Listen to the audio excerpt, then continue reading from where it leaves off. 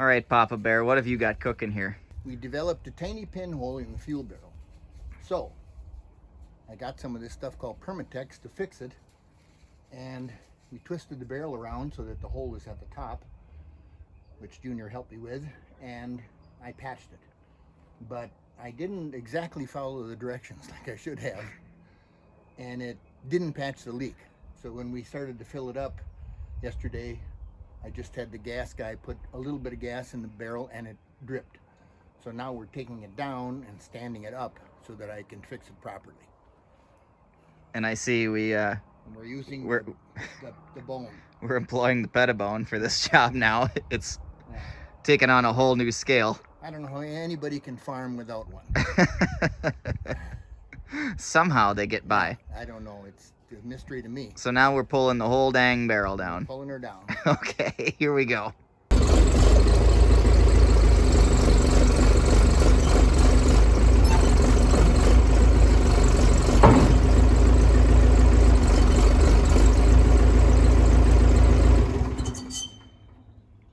Okay.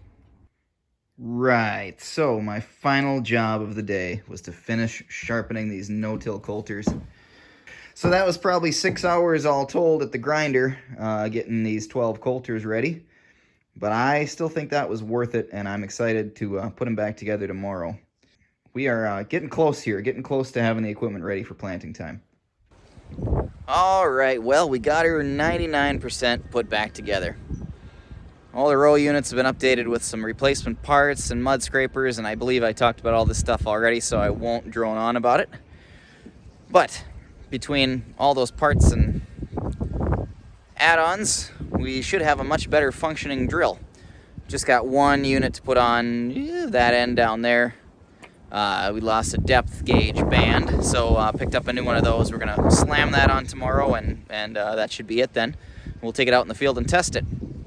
Still got quite a bit of time before we actually need to use it, so the idea is to go out without any seed in the box and make sure it's going to cut through the corn residue and clear away a path for the coulters like it's supposed to. And we probably got some alignment issues too with the no-till coulters and the planting coulters. Last year we were in such a rush just to use the thing right after we bought it that we couldn't work out all those little details. So this is the year to rectify that stuff. And if we glance down at those no-till coulters, now that they're all mounted back up, they are dang sharp. I would not want to get run over by this thing. So I think if this doesn't cut through the residue, nothing will. So here's hoping. I also sent away our soil samples today, so hopefully early next week we should have some results on that and we can tailor our fertility program to match our goals. So that's exciting. Well, good morning everyone. It's Earth Day, and I think it's fitting that we got our no-till drill put back together today. We're going to take it in the field here and test the no-till coulters, see how the alignment is, and just generally check it out. So we just did a short little run here to see how everything looks with the press wheels in the back, and they look like they are all lining up and making a nice indentation behind the planting discs. And then around front, we wanted to see how these no-till coulters were lining up. And I know it's kind of hard to see through all the mechanism here, but the trenches that the no-till coulters make look like they line up right on with all the planting discs.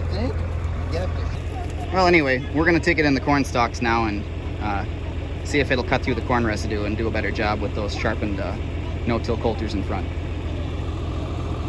We got the experts over here making sure everything's working right. Baby, we were born to run. Do do do do do do. Okay, we just did a little field trial here. There goes Papa Bear with the drill. All we did was check to see if those no-till coulters were aligned properly with the planting coulters. We wanted to get it out in some corn stalks to really check the conditions it's going to be under when we're planting soybeans, and it's a good thing we did because we had to put extra pressure on those no-till coulters, and then that kind of changed their alignment a little bit. So we shifted a few of those over, got them lined up, and then a couple of them weren't cutting deep enough into the ground. You can even see one here that's not really disturbing the soil enough or cutting through the residue enough. So we adjusted that down, and I'll adjust that down a little more. And we found a couple of problems with some of the planting coulters that must have a bad bearing, or they were a little sticky. So we're gonna fix that and get that done before we're ready to plant. So good test run, got some problems solved, identified a couple others. That's what it's all about. Alrighty everyone, it's April 25th. I just wanted to bring you up to speed here. The last video the last little clip I shot was of us aligning the parts on the no-till grain drill out in the corn stalks. So yeah, here she is. Not much to see other than when we aligned those coulters, all we had to do was take those 4 bolts loose on that one, for example, and then shift those coulters over if they needed to move sideways. And then at that point, when those bolts are loose, you can also move these up and down. We had a couple of coulters that were set a little high, and you could tell they weren't really getting into the ground as much as the others, and you could look down the line of them and see that they were high, so we adjusted those too.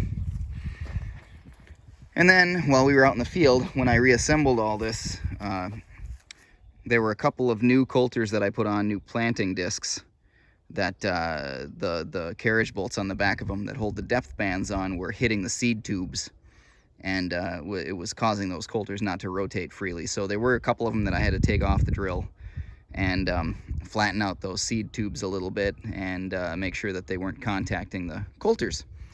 But aside from that, this thing is about ready to go. We still have to, oh, one more thing.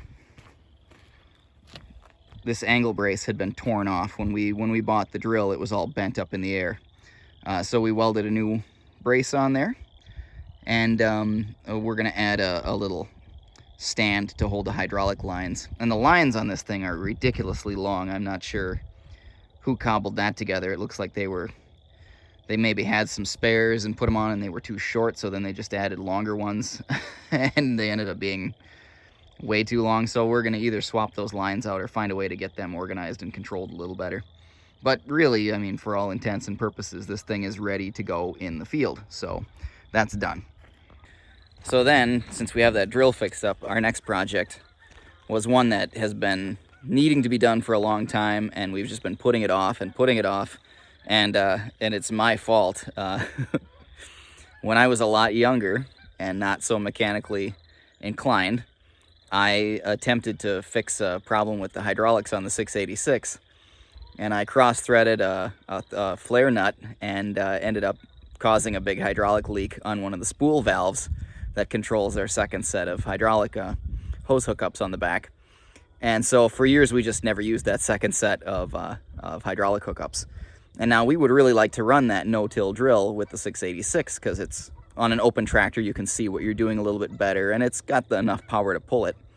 So we need to get that second set of hydraulics working. Last year I planted with the 4020 and that worked fine, but it's just a little clunkier, it's a little heavier, and the 686 seems like a better choice, and it's a problem that needed to be fixed anyway. So here's what that looks like. We've got this thing pretty well torn apart. Understandably, I hope for you guys, I did not film this because you get full of hydraulic fluid and grease and then you don't want to be handling a camera. But the spool valves are over here. There's 2 of them mounted together, and the line that was was cross-threaded and was leaking was underneath this spool valve. So we had to go get a new 90-degree coupler that we can thread in there and then try to reassemble all this. And of course, it's all hard lines that run back to these ports in the back. So that can be a little bit tricky to get everything aligned properly and make sure that all those nuts are put on and not cross-threaded and not stripped somehow, and that you get them tight enough that nothing leaks. So we're going to attempt to put this back together today. We might even clean it up a little bit.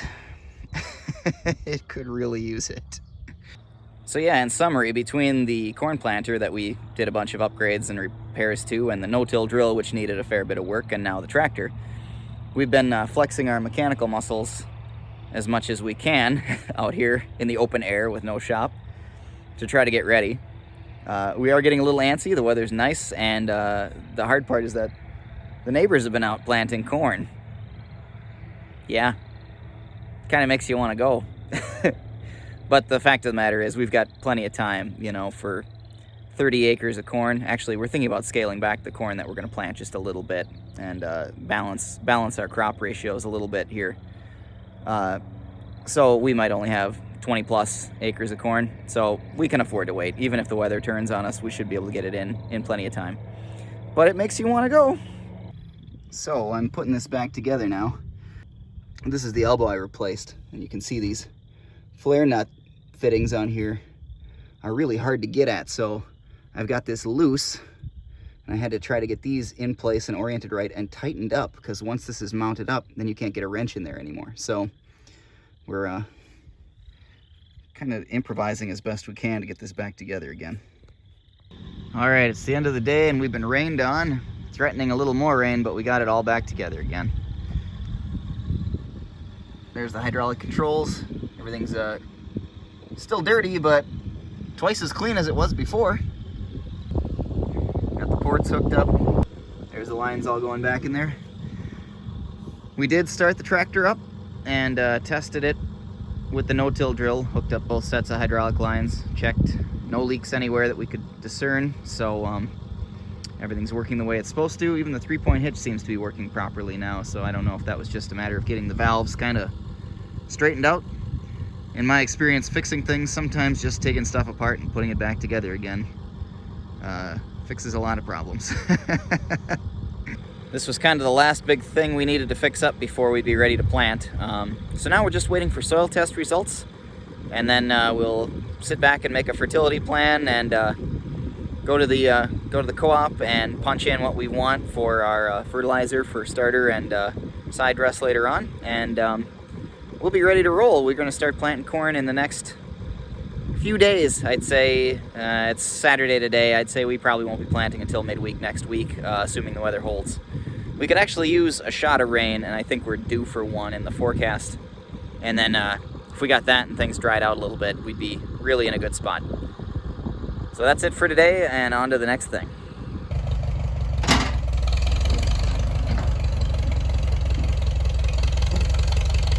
Well, what have we got going on here? Oh yeah, that's the good stuff. We're at my sister's place today, cleaning up her horse yard. She's got about 3 horses, and it was time. So we're happily adding a little extra nutrient to our fields. It's all natural, folks.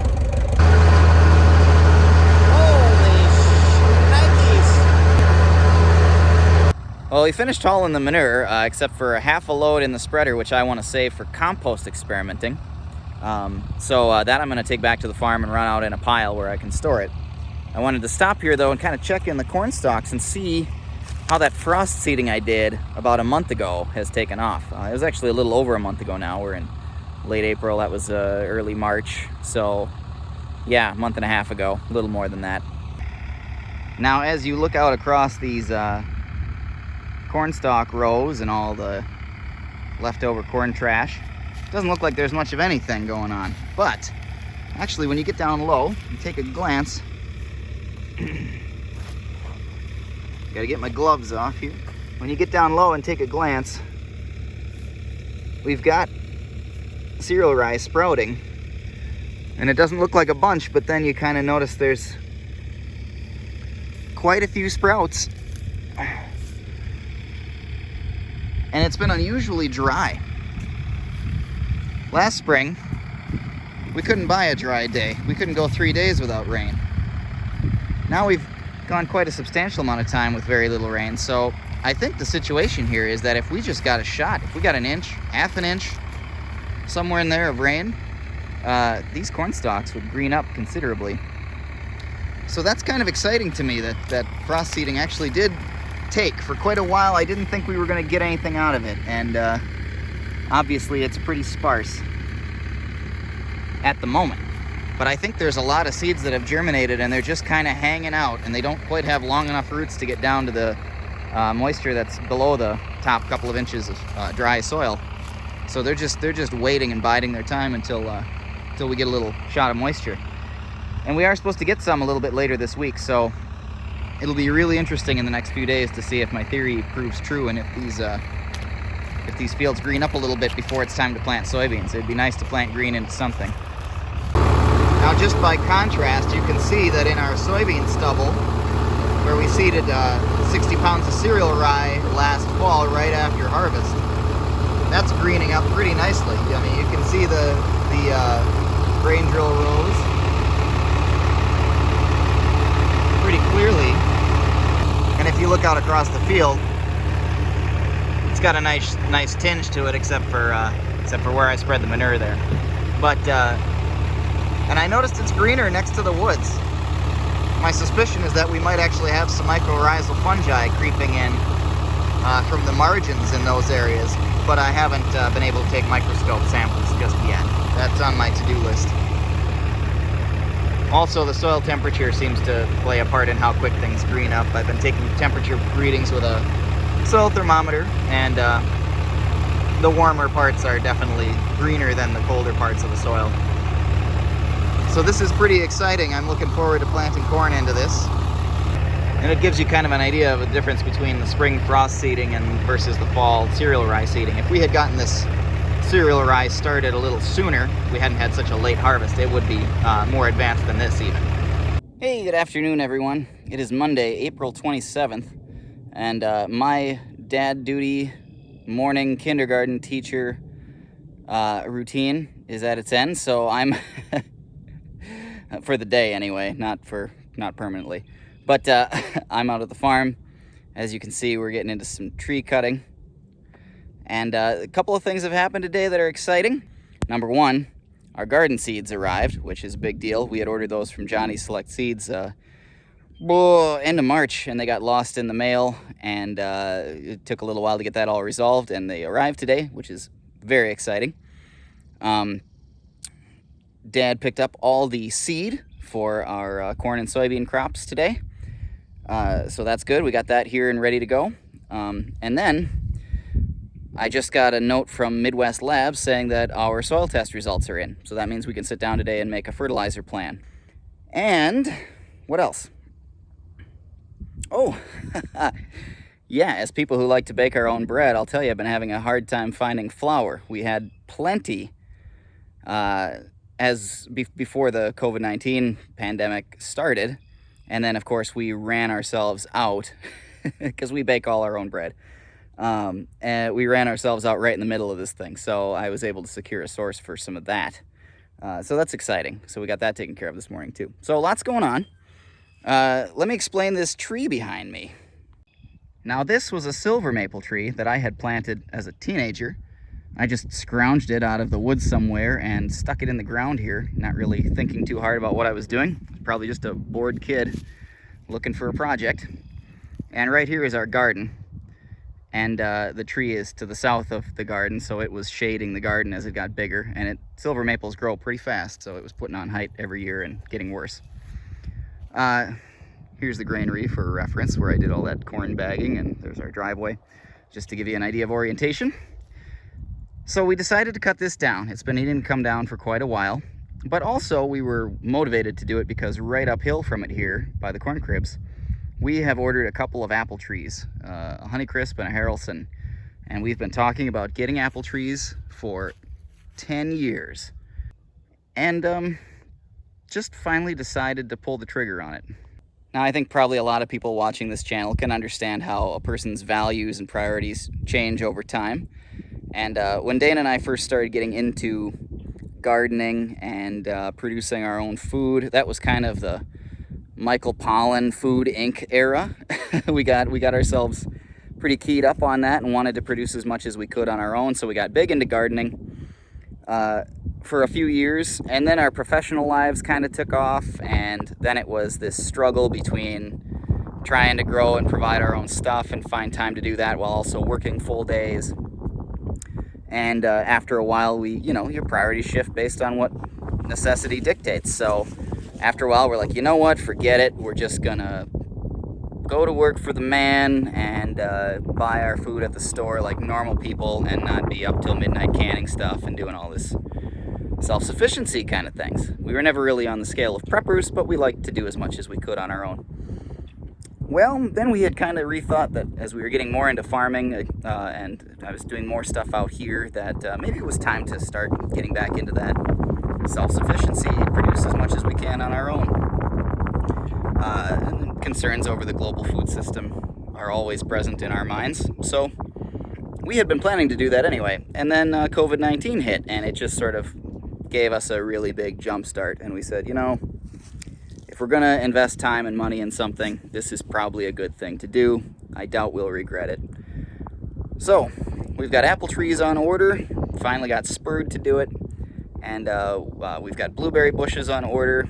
And we are probably going to transplant some raspberries that we have at our house in town out here to the farm. And so this little corner where the garden is, between the garden and the corn cribs, is going to become our little food production area for ourselves here, for us and Mom and Dad and anyone else who we can supply if we have an overabundance. And then over that way, some ways, over the hill, is where the potato patch is. So, along with producing commodity farm crops, maybe less of that, maybe more direct marketing, but along with producing standard farm crops that you're used to seeing, like corn and soybeans, we're trying to kick it old school a little bit here and provide for ourselves as much as we can too. So that just kind of brings it all full circle. So as we're getting through this beautiful day today and finding things to do, we're going to be getting geared up here to plant probably end of this week. I'm thinking Thursday, Friday. Tomorrow's supposed to be rainy, so Thursday, Friday, maybe we will be able to get out in the fields and get some corn put in the ground. Howdy folks, just a quick crop update out here. It is Wednesday, April 29th, and I'm standing out in our big 18-acre field and just looking things over. Yesterday we got 3/4 of an inch of rain, so things are a little damp here. We did not get any planting done yet, but Dad and I went to the co-op today and submitted our fertilizer program request to our rep there. So we have got fertilizer coming out tomorrow to be put in a gravity box, and then we'll cover that up. And we will be applying that banded with our corn planter next to the corn as a starter. And then we're looking at probably planting in about 2 days. I'm thinking it's Wednesday today. I think things will be dry enough by Friday. Weather's supposed to hold. Heard on the news the other night that 40% of Minnesota's corn crop is in the ground now. I've seen a lot of neighbors out in the field, which gets us raring to go, but we need to make sure that we're doing things in the right order and we're taking our time and doing it right here with trying to get this no-till and cover crop system to do what we want it to. So there's no sense in rushing and getting ahead of ourselves. But I think that if all goes well, we start planting. Once we start planting, we should be able to be planted in about 2 days. So corn will be going in here really soon, and this cereal rye cover in this field has greened up really nicely. It's a shame that we're going to have to terminate it. I like seeing it. It's really nice. It's kind of the polar opposite of last year. Last year we didn't plant corn until June. This year we're going to be planting it end of April. And, middle of May is kind of our average, so we'll be ahead of the game. But that's okay. It's got to get that cash crop in. That's what we live off of. So cover crop is going to do its job until right after we plant corn, and then we'll terminate it the next day. So that's where we're at. And so next time I do a little filming, we should be planting corn.